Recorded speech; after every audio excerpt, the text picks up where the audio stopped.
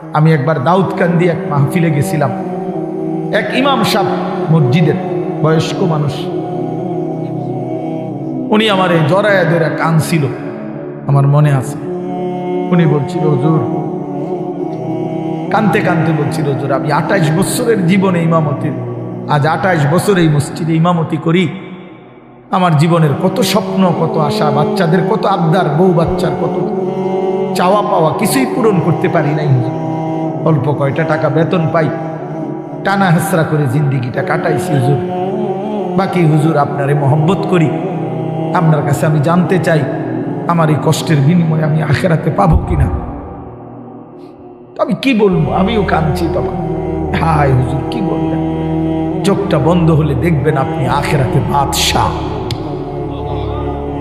ইনশাআল্লাহ আমি বললাম, আপনি দেখবেন আপনি বাদশাহ, আপনি বাদশাহ। যারা আপনার এই দুনিয়াতে মূল্যায়ন করে নাই, সেদিন তারা আফসোস করে, আফসোস করে। তো এই জন্য বললাম, আল্লাহ তাআলা ওই ইমানদার বান্দাকে বলবে, আমার বান্দা, দুঃখে ভরা জীবনটা কাটাই আসছো, ঠিক না? খুব কষ্ট পাইছো আমার বান্দা দুনিয়াটা, কিন্তু আল্লাহর কসম শুনেন, নবীজি বলছে ওই ইমানদার বান্দা সে তখন আল্লাহ পাককে বলবে, আয় মাওলা, আল্লাহর কসম মাওলা, জীবনে হায়াতে, দুনিয়ার জীবনে দুঃখ কি জিনিস আমি কোনোদিন দেখি নাই। প্রিয় বন্ধু, 10 সেকেন্ডের জান্নাতের আরাম বাতাস তার 70 বছরের দুঃখ ভুলায়। ছেলেরা, বন্ধু, তোমরাও মনে রাখো, বাপ, আমরা 200 কোটি মুসলমানও যদি খোদার কসম রাত দিন যদি আমরা মেহনত করি, দুনিয়া অর্জনের জন্য পরিশ্রম করি, মাথার ঘাম পায়ে ফেলে যদি আমরা দুনিয়ার কর্ম সবাই মিলে করি, দিবানিশি 200 কোটি মুসলমানে মিলে কেউ অলসতা না করে, তারপরেও আল্লাহর কসম, রব্বে কাবার কসম, কাফের বেঈমানদের সমান সমপরিমাণ দুনিয়া আমাদের মিলবে না। এটা দিত না মালিকের, যিনি দেওই না উনি কইতে আছে আমি দিতাম না, তো জোরাজোরি করে দিলাম, আমি পারতেন না। আল্লাহ বলছে, আমি বান্দা, আমি দেব না, আমি মোমেনকে দুনিয়া দেব না পুরা। ওয়াদারনি ওয়াল মুকাদ্দিবিনা উলিন নি'মাতি ওয়া মাহিলহুম কালিলা। আল্লাহ বলছে, শোনো বান্দা, ইমানদার, এই আমার ইমানদার বান্দা, মিথ্যাবাদী নাফরমানদের জন্য অল্প কিছু সময়ের জন্যে দুনিয়াটা ছেড়ে দাও। ওয়াদারনি, আমার ছেড়ে দাও বান্দা, আমি তা করে একটু দুনিয়াটা দেই। কটা ভাত খাওয়াইতে লইছি, দুগা ভাত খাওয়াইতে দাও। কতদূর বাদগ্রস্ত একটা বিল্ডিং, একটা মোটরসাইকেল, একটা প্রাইভেট কার, কতক্ষণ এই বেড়া বেড়ি দফাদফি ফালাফালি করতে দাও বান্দা। কত 60 বছর, 65 বছর, 70 বছর বান্দা, এরকম করো কা 60-70 বছরের লেগা দুনিয়া করে ছেড়ে দাও। অনন্তকালের জান্নাত আমি তোমাদেরকে দিয়ে দেব। আখেরাতে গেলে দেখবা, আহা, কোরআন শরীফে আছে, খোদার কসম বাপ, নাফরমানকে জিজ্ঞেস করা হবে, হে বেঈমান, দুনিয়ায় কতক্ষণ ছিল তো 60 বছর, 70 বছর, কিন্তু আখেরাতের দৃশ্য দেখে সে বলবে, লাবিসনা ইয়াওমান আও বা'দা ইয়াওমিন, হায় মাওলা, হয়তো একদিন ছিলাম, অথবা একদিনের অর্ধেক বা কিছু অংশ ছিল। 60 বছরের দুনিয়া তার কাছে একদিনও মনে হবে। হাদিসের মধ্যে আছে, বিশ্বাস করেন বাপ, আমি নিজে পড়ছি, পড়াইছি, আল্লাহর নবী সাল্লাল্লাহু আলাইহি সাল্লাম বলছেন, কোন নাফরমান যে মৃত্যু পর্যন্ত দুনিয়াতে কোনোদিন 1 মিনিটের জন্য দুঃখ দেখে নাই, সুখের সাগরে ছিল, কোনোদিন দুঃখ পায় নাই, এমন অথচ নাফরমান পাপী, আল্লাহ তাআলা ফেরেশতাকে বলবে, আমার এই নাফরমান বান্দাকে জাহান্নামের বাহিরটা একটু হাঁটাইয়া আনো, আর জাহান্নামের একটা দরজার সামনে একটু দাঁড় করাইও। 1 মিনিট কদ্দুর খাড় করাইবা, ভিতরে না, দরজার সামনের থেকে নিয়ে আসবা। ওই ফেরেশতা তাকে জাহান্নামের বাহিরটা ঘুরাইয়া জাহান্নামের দরজার কাছে যখন এনে দাঁড় করাবে, জাহান্নামের একটা গরম বাতাস 1 মিনিটের জন্য, 10টা সেকেন্ডের জন্য জাহান্নামের একটা গরম বাতাস ছাপ করে তার বুকটার মধ্যে লাগবে। এরপরে ফেরেশতা তারে নিয়ে আসবে, আনার পরে হাসরের মাঠে, প্রিয় বাপ, প্রিয় সন্তান আমার, ছেলেরা আমার, আল্লাহর কসম নবীজি বলছে, আল্লাহ পাক তখন ওই সুখে ভরা নাফরমান ব্যক্তিটাকে জিজ্ঞেস করবে, আমার বান্দা, দুনিয়াটা তো বড় সুখে আরামে নিশ্চিন্তে কাটাই আসছো, ঠিক না? আল্লাহর কসম ওই বান্দা তখন বলবে, আয় মাওলা, আপনার জাতের কসম মাওলা, জীবনে দুনিয়ার হায়াতে সুখ কি জিনিস আমি জীবনে কোনোদিন দেখিনি। বিশ্বাস করি, এটা হাদিসের। আবার আমি ব্যক্তিগতভাবে খামখেয়ালি কথা কম বলি, এটা হাদিস।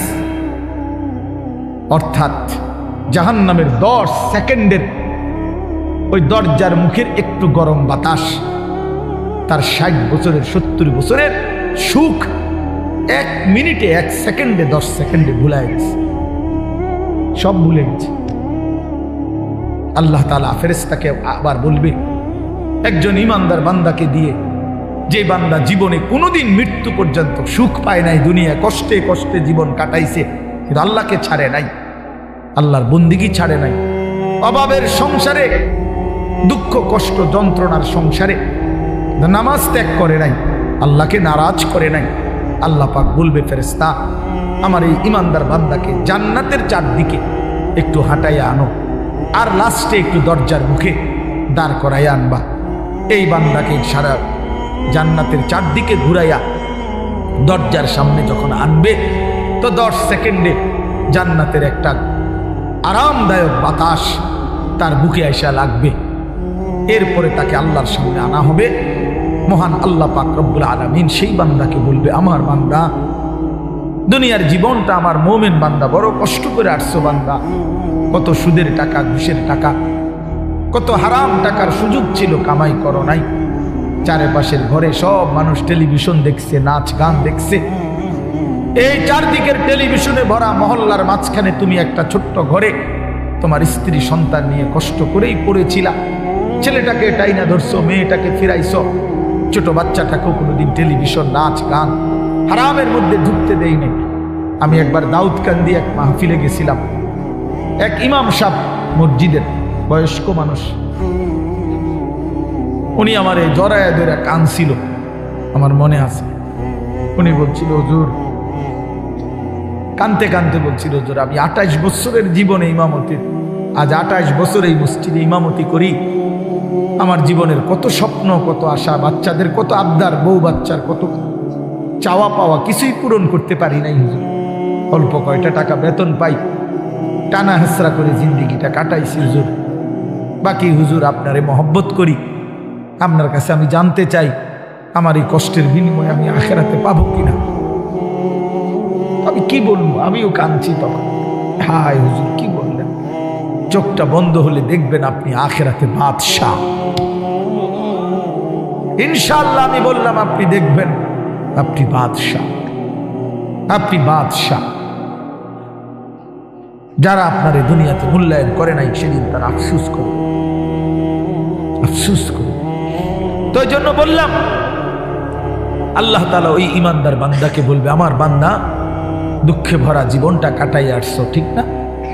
খুব কষ্ট পাইছো আমার বান্দা দুনিয়াটা, কিন্তু আল্লাহর কসম শুনেন, নবীজি বলছে ওই ইমানদার বান্দা সে তখন আল্লাহ পাককে বলবে, আয় মাওলা, আল্লাহর কসম মাওলা, জীবনে হায়াতে, দুনিয়ার জীবনে দুঃখ কি জিনিস আমি কোনোদিন দেখি নাই। প্রিয় বন্ধু, 10 সেকেন্ডের জান্নাতের আরাম বাতাস তার 70 বছরের দুঃখ ভুলে গেছে। আর ওই নাফরমানকে 70 বছরের সুখ জাহান্নামের 10 সেকেন্ডের গরম বাতাস ভুলে গেছে। এর নাম আখিরাত। আপনি এটাকে খামখেয়ালি মনে করেন, ছেলেরা তোমরা খামখেয়ালি মনে করো, এটা রূপকথা না। কোরআন শরীফের এই কথাগুলো গল্প, কথা বলেন না, এগুলো রাসূলুল্লাহ সাল্লাল্লাহু আলাইহি ওয়াসাল্লামের এই কথাগুলো গল্প, কিচ্ছা। তো এগুলো যদি অযৌক্তিক হইতো, অবাস্তব হইতো, তো তোমরা যদি বুঝছো যেটা অযৌক্তিক, অপ্রয়োজনীয়, তা আমরা বুঝতে পারতাম না, আমরা ভাত খাই নাই।